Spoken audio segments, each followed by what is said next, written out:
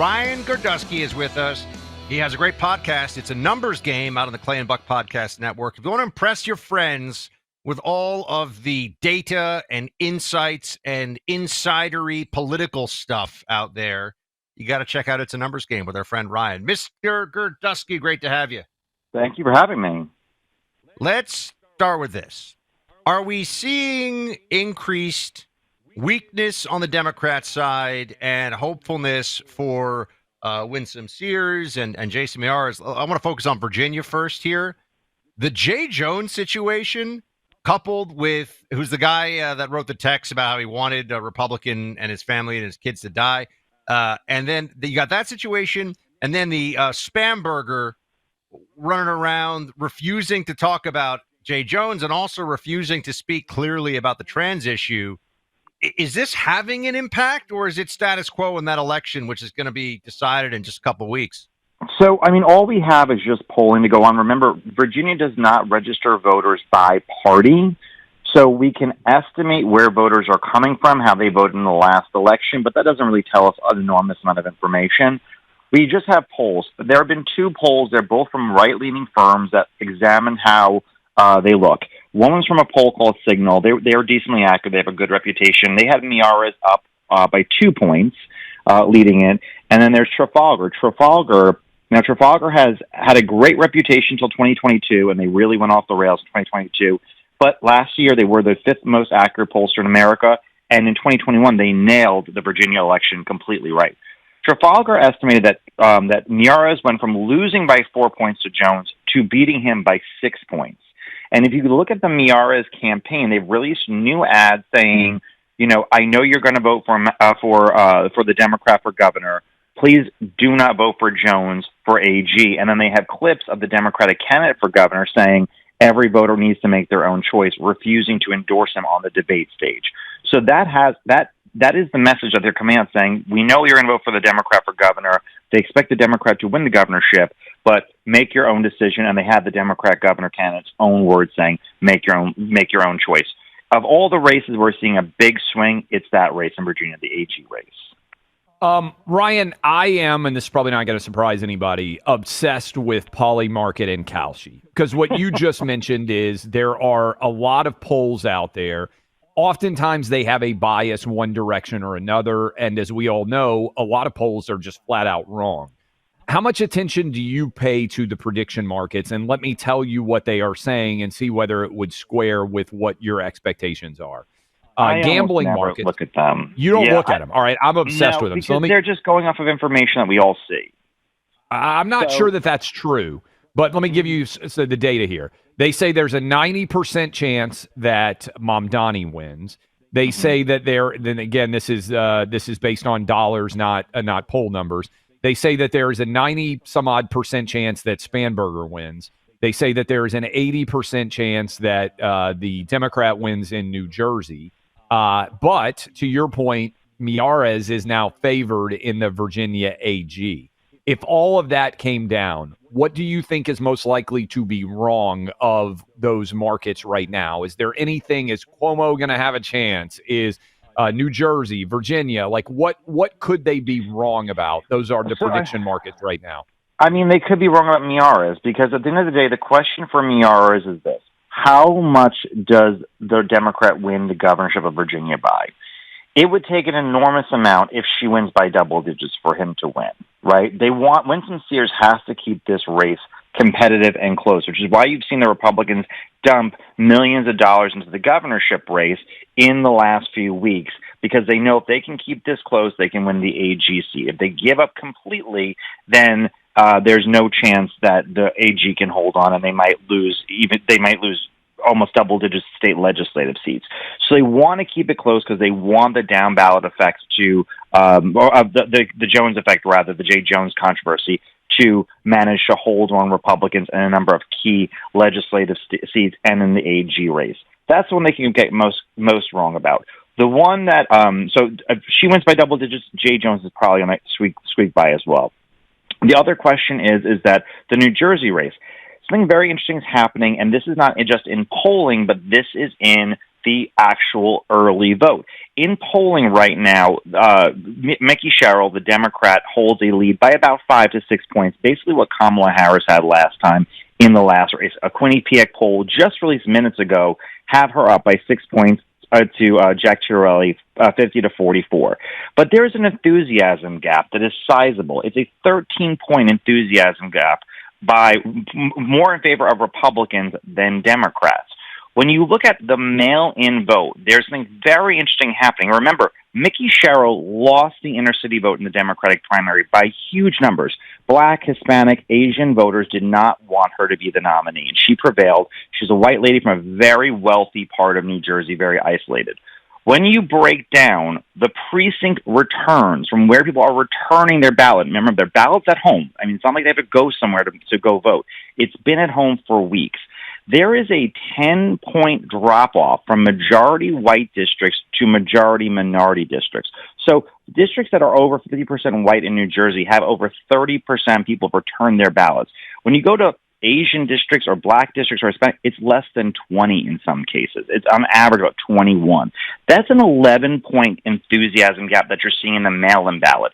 The question you have to ask yourself is, if they're not even returning the ballots when it's at their house, how enthusiastic for the millions of other New Jersey Democrats, who are mostly minorities in these areas, are going to be to actually show up on Election Day and give her the numbers that she needs to win? Because if they don't show up on Election Day, she can't win despite having a very large padded lead in the mail-in ballot. Can the Republican win, Ryan, in your mind? I mean, that's really what I wanted to ask you here. Is this a close enough race where you could say it is realistic that we could have a Republican governor again in New Jersey? Yeah, I don't think that Winston Sears can win in Virginia. I just think there's too many mistakes to be made, and she didn't run a campaign focused on energy prices, which is key. I think Jack Ciattarelli has done everything right, and he's experienced the balance when he's needed it. Quinnipiac is a left-leaning pollster. They gave him a 3-point bounce from their last poll. It's tightened for sure. There is an enthusiasm gap, and there's an enthusiasm gap in registration. What I think the common problem is that New Jersey still is a blue state, so the Democrats have a lead in that, and they have an advantage in that, and that might just be just enough in a year where the president is a Republican, because that does affect if people want to vote for the party outside of the presidency. The question the thing that differentiates these polls, there's been 3 polls with Jack Ciattarelli leading in the poll in the election. The difference between polls that have him leading or have him tied or have him rather losing by 4 or 5 points is how does he do with independents? Most of these polls concede he is winning the independent vote. If he wins the independent vote by 15 to 20 points, as some of these polls have sat there and said he's leading by, then he is going to sit there and hold on to this race and he's going to win it. If the makeup is changing because the electorate is more excited among the Republican side. If he's only leading by 8 points or 7 points, he's probably going to lose by not by very much, and we'll see if he's got coattails below him. Virginia, I think that Jason Miyares can be the one winner of the night to sit there and squeak by and have a good night for Republicans in Virginia. Okay, this is basically the appetizer for the midterms, Ryan. And we started off playing Harry Enton talking about all of the decisions that still have to be made relating to the House. It feels like to us, and you tell us if we're wrong, that Republicans are in a very strong place to retain control of the Senate, considering they're going to have tie breaks. So it would require 4 lost seats, which is a steep road. What do you see in the House, and how impactful, if at all, is New Jersey, Virginia, and the New York City mayor's race, whatever results we get in a few weeks, when it comes to what might happen a year from now? I think that in Jersey, the New York City, the mayor's race, and the New Jersey race, that's a bigger question towards what does 2032 look like if they're the incumbent governors, and what does the presidential election look like in 2028. I don't think it has a lot to do with the congressional election, and Republicans are in a better chance now than ever to retain the House. I'm not usually a very optimistic person. There's a court case going on right now about this Article 2, Section 2 of the Voting Rights Act. We did a big discussion about that. Yeah, right. That's right. It is it's looking very likely like the Supreme Court is going to, in some way, rule in the state of favor of Louisiana. Now, does that mean that they don't have to change the map to create a second black district in Louisiana, or are they going to strike down Section 2 of the Voting Rights Act? If they strike down Section 2, it's almost mathematically impossible for Democrats to win the House. It becomes nearly impossible because what's going to happen if that happens is every southern state in the country is going to start redistricting like crazy. You will see Clyburn will not have a seat in South Carolina. His seat will be a Republican seat. They'll lose the only Democrat seat in Tennessee. They'll lose the seats in Tennessee, in Alabama, Mississippi, Louisiana, North Carolina. They will redistrict Democrats down to basically Charlotte, Atlanta, not even New Orleans or Memphis. I mean, just the big metropolitan areas that they can't really avoid them. And that will lose and Democrats will lose a dozen seats, including Florida. Florida's going to start redistricting. Debbie Wasserman-Schultz is not going to have a seat to run in. I mean, leadership, a long-standing leadership of the Democratic Party will not have seats anymore in Congress, aside from Republican seats that they'll lose in. So that will ultimately end the question. I mean, at that point, between redistricting in Ohio and Texas and all these other places, Democrats will have to win dozens of seats. And the map isn't where it was in 2018. It's not where it was in 2010. We're not going to have wave elections where 50, 60 seats flip. That time in our country is kind of over. So if they do this, if Section 2 of the Voting Rights Act is struck down and Republicans start gerrymandering as they're doing nationwide, but they do it in the South, fundamentally, it's going to be a question of how large is the Republican lead. Is it another 5 seats? Is it 6 seats? But the chance of Democrats winning 20, 25 seats, almost mathematically impossible. It have to be like an Obama-style landslide.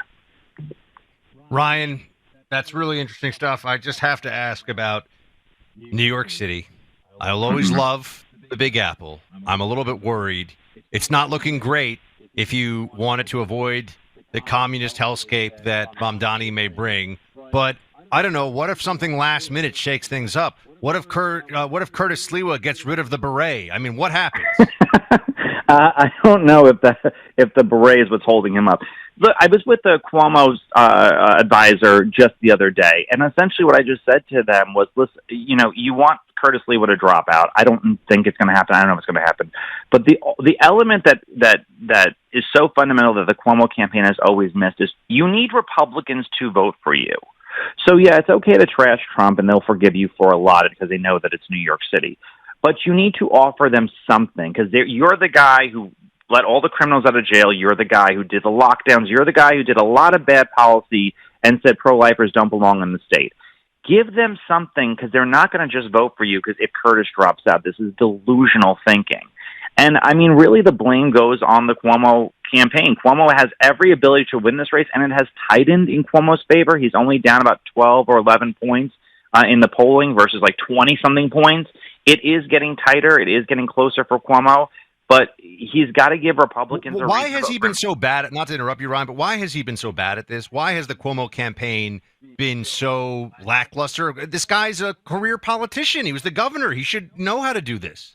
Yeah, it kind of baffles the mind. But, I mean, this is the problem when politicians don't have to run real races for a very, very long time. Cuomo really hasn't. Between his last name and his legacy and the money he's had, I mean, he has never really had to run a competitive race before. The media always defended him. He was going to be a president one day. I mean, they built him out to be this legacy that I clearly he wasn't actually that good of a politician. That's the shocking thing. He just was in the right place where it's easy to sit there and win victories, especially when you have the last name that's a legacy and a dynasty in a certain particular place. So, I guess he really is not that good. I just think that maybe Mario was a much better campaigner and he just stuck around long enough. Guys, so much of this analysis and more available for you all to listen to on the Clay and Buck Network with It's a Numbers Game. Ryan Girdusky is the host. Go check it out, especially as we get closer to Election Day. You want to just think about all the info, all the stuff we just covered there. You'll impress everybody at the Backyard Barbecue, talking about all the different congressional districts and everything else that Ryan laid out for you. Ryan, always good to have you, man. Thank you. Thank you so much. Look, home delivery services have changed our lives for the better in so many ways. To every Amazon driver out there, we say thank you. Uber Eats, DoorDash, the same. Heck, even robots. I sent Clay a video of the robot in my neighborhood. It's pretty crazy. Pretty impressive. I have a favorite, though, when it comes to home delivery. Good Ranchers. This company delivers great meat, chicken, pork, and salmon raised by American ranchers and farmers right to your door. They're incredible products. I was actually just pulling out in one of our breaks some bone-in ribeyes from Good Ranchers that I'm thawing out for steak night, which is going to be coming up. We're actually going to do that tomorrow. But this is something that we take very seriously. We like having delicious meat in the Sexton household. And I'm telling you, Good Ranchers gets it done.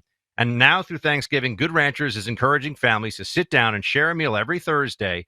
And every week, one lucky winner will win a free Thanksgiving ham just for sharing a photo of their gathering on their Instagram story, tagging at Good Ranchers and using hashtag back to the table. Visit goodranchers.com. Use my name Buck as your code when you subscribe for additional $40 off your initial order plus free meat for life. That's code BUCK for $40 off plus free meat for life when you go to goodranchers.com. Get that meat delivered to your home. Welcome to the table.